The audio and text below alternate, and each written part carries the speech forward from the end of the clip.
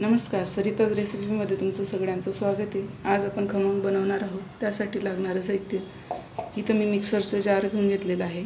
त्यात आता 1.5 कप बेसन टाकून घेणार आहे।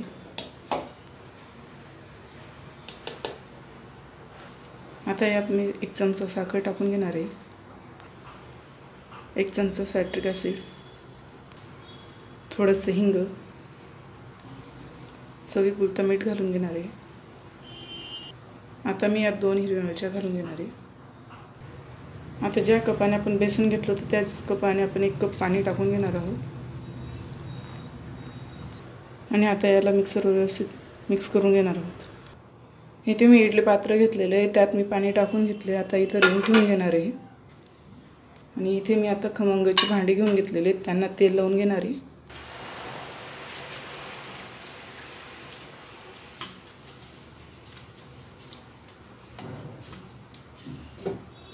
आता इथे मी एक भांडं घेऊन घेतलं आहे, त्यात आपण मिक्सरमध्ये फिरवलेलं सगळं बॅटर टाकून घेणार आहोत।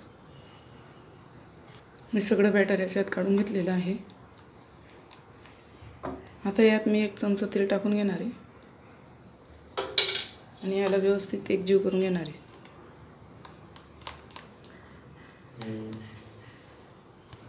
तेल व्यवस्थित एकजीव झाले। आता आपण याच्यात 1 इनोची पुडी टाकून घेणार आहोत।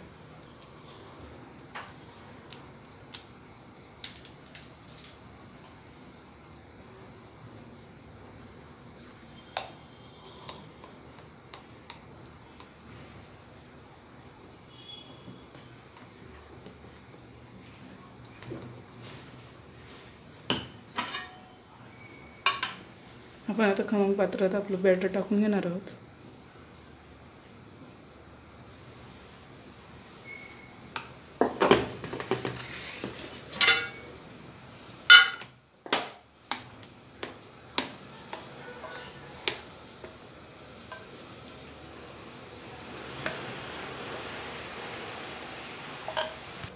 पाहू शकता आपलं पाणी इथं व्यवस्थित तापलेलं आहे, तर उकळी आलेली आहे।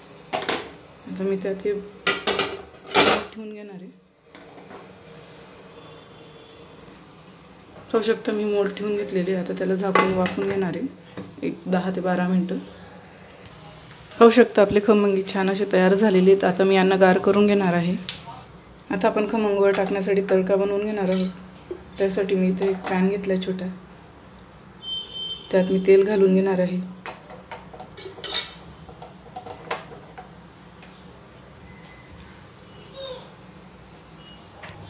तेल छान गरम झाले। आता त्यात मोहरी टाकून घेणार आहोत, कढीपत्ता टाकून घेणार आहोत,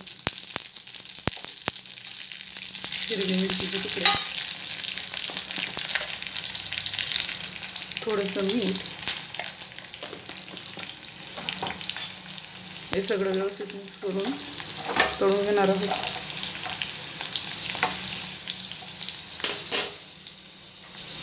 आता गॅस बंद करून घेणार आहे आणि यात मी थोडंसं पाणी घालणार आहे।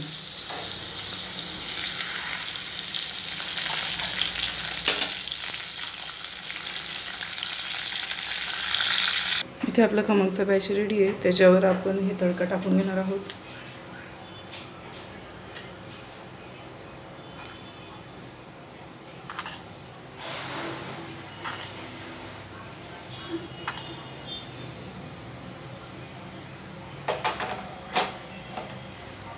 गार्निशिंगसाठी आपण थोडीशी ओलं खोबरं टाकणार आहोत।